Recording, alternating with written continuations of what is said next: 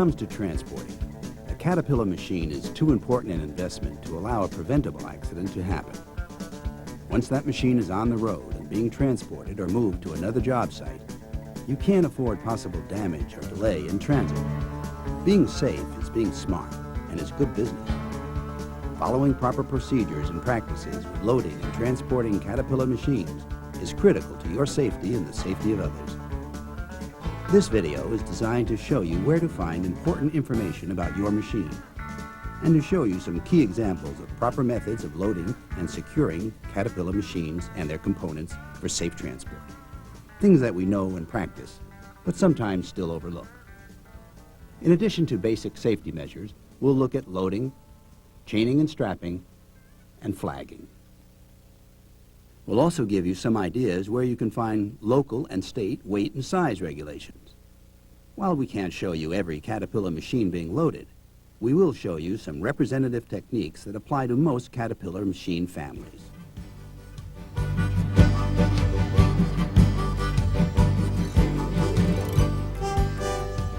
Always consult the Caterpillar operation and maintenance manual for the machine you're transporting.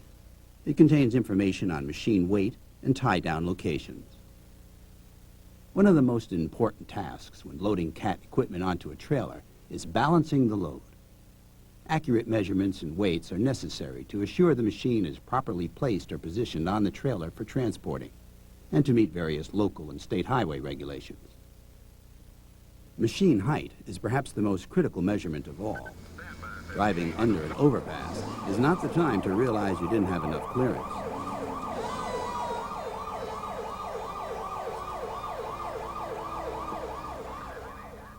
A simple measuring pole is used to check height. In most states, the allowable height is 13 feet 6 inches on interstate highways and marked truck routes. So the measuring pole is set at that height. If the truck is going to travel through a state with a lower height limit, make sure you adjust the pole.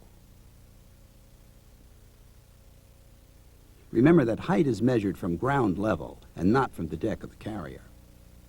Some states now have internet web pages for their Department of Transportation, which allow you to search for the information you need online. Transportation information is also available in print. Illinois, for example, publishes this document, which includes size and other restrictions. Most states publish and make available documents which outline specific restrictions. Some states even publish maps and other helpful information regarding road clearances and construction sites to avoid. See the Department of Transportation or the state police in the state you will be traveling for more information. Some machines may meet road size limits without modification. However, as you reach the higher end of the Caterpillar line, be sure to recheck your measurements. Some of the options available on these machines may require you to remove some of the implements due to size or weight restrictions. Modifications may include removing the tracks, roller frames, exhaust stack, or even the ROPS. Remember to always tape the exhaust port whole, whether you remove the stack or not. This will prevent damage to the turbo. Always measure your load and check your machine's operation and maintenance manual for shipping specifications before transport. And don't forget, check the laws by state and make sure you conform. What about weight? It's best to use scales.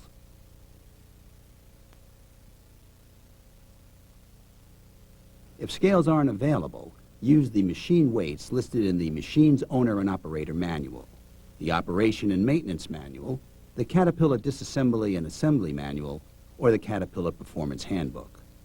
This will allow you to calculate the weight for the machine with the attachments, tools, tires, and so forth that are on that machine that you are moving. Now that we've checked the weight, height, and width, let's go back and start our loading checklist. We take so many things that we do every day for granted, so it's a good idea to keep a step-by-step checklist for easy reference during the loading process. Sometimes it's too easy to either forget or ignore personal safety equipment, such as a hard hat, safety glasses, and proper footwear. Always protect yourself by using this equipment. Caterpillar always recommends using the proper safety equipment. And while we're talking safety, check over the deck of your transport for those small blocks of wood or nails sticking up from the deck that were left from the last move. We sure don't want to be tripping over something while directing the next machine on.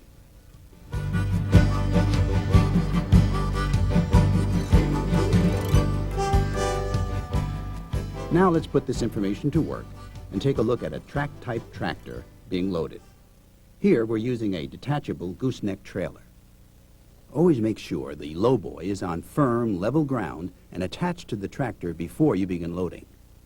Set the parking brake on the truck and engage any brakes on the trailer. Lower the trailer, disconnect the air and electrical lines, lower the trailer ramps, engage the gooseneck support lever, and disconnect the gooseneck and move the tractor out of the way. One of the most important tasks in loading equipment on a trailer is distributing the weight evenly for safety reasons and to comply with state laws. Make sure you know the length of the machine as well as the length of the trailer. The weight must be equally distributed on the tractor and trailer axles if and when the machine is weighed on the highway in compliance with state regulations. Always use a tape measure to check the machine's width so that it conforms to legal limits. Anything over 102 inches needs a permit, and some states have even added more stringent restrictions on how wide a load can be. We can't emphasize enough the importance of checking with your local and state authorities. We know that most of the time you're probably transporting a machine from job site to job site. That means there's dirt, mud, and rocks involved before loading the machine. Ideally, you'll want to clean the tracks and roller frame of any of this material at the job site. It could save the windshield of another vehicle behind you or even prevent an accident. You're now ready to slowly drive the machine onto the trailer. Always remember to fasten your seatbelt. If the machine won't run, use a safe alternate method to get the machine on the lowboy. Remember that when steel tracks are driven onto a steel trailer, it's almost the same as being on ice. Always try to have some lumber handy to lay between the tracks and the steel frame of the trailer. Use a spotter to help guide you onto the trailer.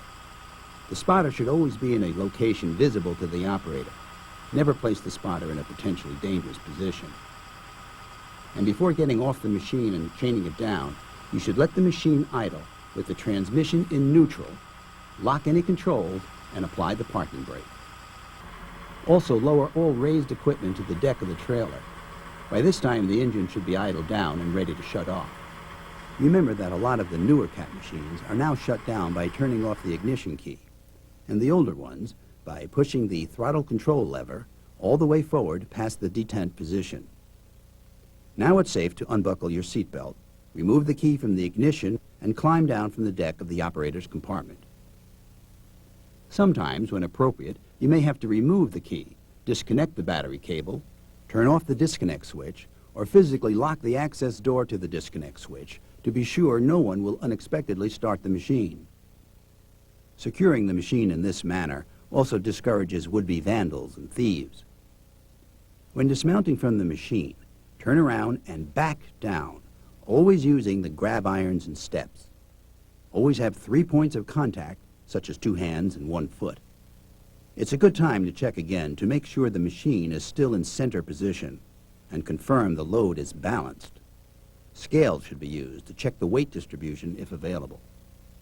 Now we're ready to chain down the load. As a rule of thumb, use 6 chains on a D6, 7 on a D7, 8 on a D8, and so on. Smaller machines such as the D3, D4, and D5 use 4 chains. Let's reconnect the tractor and trailer. Pin the trailer to the gooseneck. Raise the trailer and machine off the ground, lock the trailer doors, and hook up all air and electric lines. Be careful here. Loads can shift while they're being raised. Check the height now, before chaining down the load. The Caterpillar Prime Product Handling Guide, TIR 89-G2, has chaining details for all kinds of equipment. Chaining procedures vary for different machines, so check for the right number of chains and correct placement in the handling guide. Contact the Caterpillar Traffic Department at area code 309-675-6338 for more shipping information and to request a copy of this manual. Follow the guideline and never underchain. As a rule, you should use 1 chain for every 8,500 pounds of weight, or 1 chain for every 10 linear feet of cargo. Chains should be straight, not wrapped around, to maximize strength and to prevent wear and possible breakage of the chains themselves. Check every chain before using it. Remember the old saying, a chain is only as strong as its weakest link. Look for bent, cracked, twisted, broken, or stretched links. It's also important to check all anchor points for the chains. Check for broken or cracked side or pocket rails, support, or wells, rails bent or distorted where hooks or fittings attach, floor rings that are nipped, gouged, worn, twisted, bent, stretched, or with broken welds. Track-type machines don't require cross-chaining, but many kinds of equipment do. Again, check the Caterpillar Prime Product Handling Guide for proper chaining. Or a symbol like this, which shows the appropriate place to chain. Attaching the chains properly is also important. For lowboys and I-beams, put the chain through the D-ring and attach the hook back to the chain. Do not put more than one chain to a D-ring unless there is no other location in which to attach the chain. Attach the hook of the chain or binder to the outside frame of the trailer in a location where it cannot slide on the frame. Be sure that the chain does not come in contact with any air lines, electric lines, or suspension components. Do not route the chains around the main frame or across members of a lowboy or a rail trailer. Low road clearance could cause the chains to be damaged or cut off. For trailers with lightning holes and no D-rings, put the chain through one hole and attach the hook to the frame of the hole next to it. If you're using a step deck, lower the chain down one side of a stake pocket, then under the stake pocket and back up the other side. That should cover chaining techniques in most trailer types.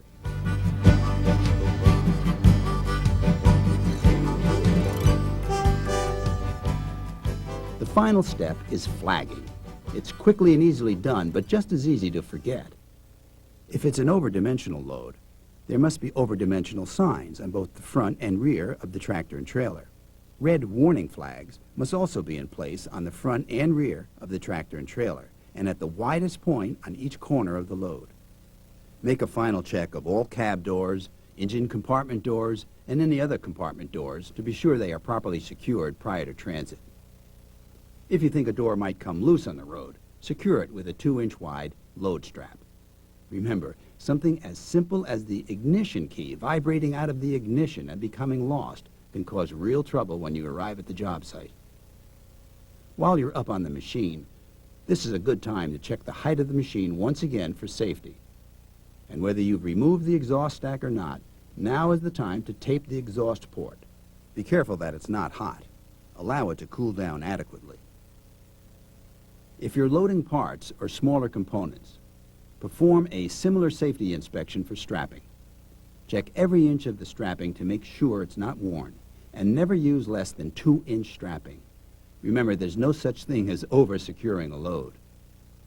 In addition, federal motor carrier safety regulations require that the truck driver, within the first 25 miles after beginning a trip, recheck all load-securing devices and make proper adjustments. A repeat of this safety check is also required after 3 hours or 150 miles on the road, whichever comes first. That's a good look on how to transport track-type tractors.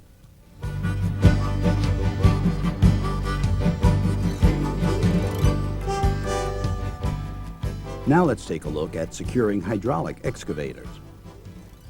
Again, always consult the Caterpillar Operation and Maintenance Manual for shipping specifications. As before, make sure the lowboy is on firm level ground. Now, measure the load. Remember, over 102 inches requires a permit. Sometimes you can use the machine's hydraulics to soften the rocking motion, which sometimes occurs during loading. Using the boom, stick, and bucket will help balance the rocking motion. If the machine won't run, go to the Owner's and Operator's Manual or the Operation and Maintenance Manual and follow the procedure on loading an excavator that won't run. On excavators, you will need to engage the swing lock. This will keep the upper body or cab section of the machine from swinging while in transit. Sometimes, to engage the swing lock pin, you'll have to tap on the machine swing lever, back and forth just a little to get the pin to line up with the drop hole. Some of the newer machines have a switch that you simply move to lock position. On the machine we're using, the swing locks when you disengage the hydraulic system. After curling the stick and bucket in, lower the boom to its transport position. Let the machine idle down for a couple of minutes. Push the safety lever next to your left knee down. This shuts down the hydraulic system on the machine and locks the swing. Now, either turn the ignition key off or push the throttle control all the way forward past the detent position to shut off the engine. This depends on the age of the machine. Climb out of the operator's compartment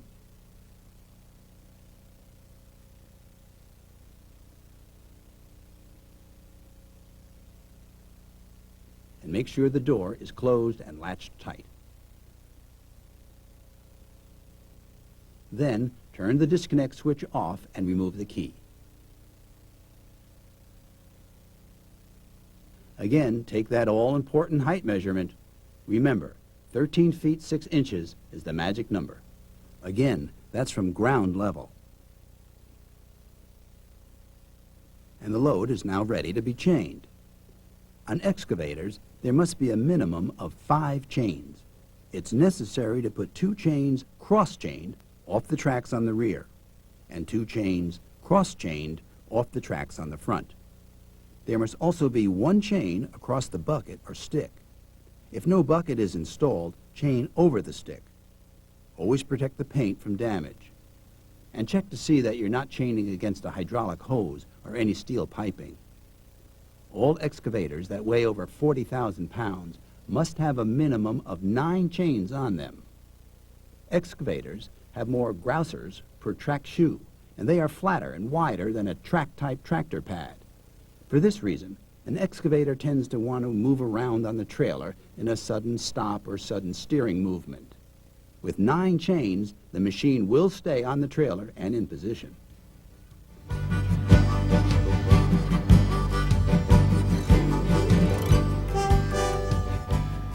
We know that lots of the machines you transport are small, operator-owner type machines. So for our final demo, we're going to show you how to load a smaller backhoe loader. These smaller machines are usually towed by a smaller truck, usually a dump truck trailer combination, different than we've shown you so far. For this demo, we're using a boom truck. The first thing you need to do is make sure the trailer, hitch, and truck can handle the load. Take a look at the trailer. There should be a tag on the frame detailing the size and maximum weight it can handle. You'll also need to check out all ball or fifth wheel components, in our case, a pendle hitch, making sure each is in good working condition. In the same area, you'll find the safety chain or chains if required. These chains play critical roles if the hitch should fail. Check the chain for any signs of fatigue or damage. Make sure that your trailer light sockets, wiring harness, and air brake connections are in good condition. Let's move to the hitch on the truck. The hitch should be marked with maximum weight. If not, check with the hitch manufacturer for this information. Now attach the trailer to the truck and make all connections. And check the trailer for evidence of wear or damage. While you're checking the trailer, remember to look at the state registration sticker. In most states, trailers have to be inspected and licensed before you can operate them on roads. While checking the trailer, don't forget to check the brake lights. This is one of the most frequent violations by trucking companies. We're almost ready to load the machine, and it's a great time to clean off any debris from the machine and the trailer. Let's load the machine. Many of the same techniques we showed you earlier apply when you are transporting smaller machines. First, park your truck and trailer on a smooth, level surface. Set the parking brake on the truck and engage any brakes on the trailer. You don't want the trailer moving during loading, so chuck or block the wheels of the trailer. If equipped, lower any ramps and pin them in place. Our trailer tilts, so no ramps or trailer stands are required. Some trailers have jack stands built into the trailer, or ramps for support. Put these stands in place if your trailer is equipped with them. Get out your tape measure one more time and check the width of the machine. Fasten your seatbelt and drive the machine onto the trailer. Again, this is a very good time to safely position a spotter to help guide you on. Slowly move the machine until it is properly positioned and balanced, left to right and front to back. Move the transmission to neutral and set the parking brake. You're not ready to turn off the ignition just yet. We have to lower the loader bucket on the front and the backhoe on the rear of the machine. Lower the loader bucket so that it rests flat on the trailer bed. On the rear backhoe, curl the bucket in and raise the boom and stick to their rotating positions and install the swing lock pin. Remember, the stick height cannot exceed your state's requirement or the 13 feet 6 inches maximum we talked about earlier. And again, remember to measure from ground level. Turn the ignition off and remove the key. Make sure you lock or block access to controls. Chain the machine down using the formula 1 3/8 inch grade 7 chain for every 8,500 pounds. This load gets cross-chained in the front and straight-chained in the rear. Remember, it's critical that you take as much care loading these small machines as you do the large ones. Overlooking details simply because the machine is smaller can be very dangerous. The exhaust should be cool enough now so we can tape it up before transporting. The final step is flagging. There's one last thing to remember. You got to readjust your mind to what machine you're going to load and what you're unloading, and take your time. Don't be in a hurry. Don't let people pressure you to be in a hurry. Just, you know, that's the big thing, is just taking your time and thinking about what you're doing. And you might have a lot to do that day, but you're just going to have to take one job at a time. It is very easy to get injured loading and unloading heavy equipment, and safety is our #1 priority. Now, here's a quick review of machine transport safety procedures. Always be sure the surface is hard and flat. Use safety glasses, a hard hat, steel-toed shoes, and work gloves, and your seatbelt. The truck driver, the machine operator, and those doing the actual loading should maintain eye contact at all times. Keep anyone not involved in the loading process clear of the area for their own safety. Make sure the machine is balanced on the lowboy. Always turn off machines, lower all attachments, lock the transmission in neutral, and apply the parking brake. If you can't lower the attachments down because of the load configuration, lock all attachments in their transport position. Clear the machine of rocks and other debris. Check and meet state regulations for height, weight, and width. A tape measure and height pole are essential tools. If scales aren't available, check the appropriate Caterpillar manuals for listed weights, the Caterpillar Owner and Operator's Manual, the Operation and Maintenance Manual, the Caterpillar Disassembly and Assembly Manual, or the Performance Handbook. Keep chains straight and tight. Use 6 chains on a D6, 7 chains on a D7, and so forth. As a rule, you should use 1 chain for every 8,500 pounds of weight, or 1 chain for every 10 linear feet of cargo. Make sure the machine is properly chained down and balanced. Also flag if it's a wide load. And finally, always use common sense and good judgment. No matter what you're loading, hauling, or transporting, always take them on the road to safety.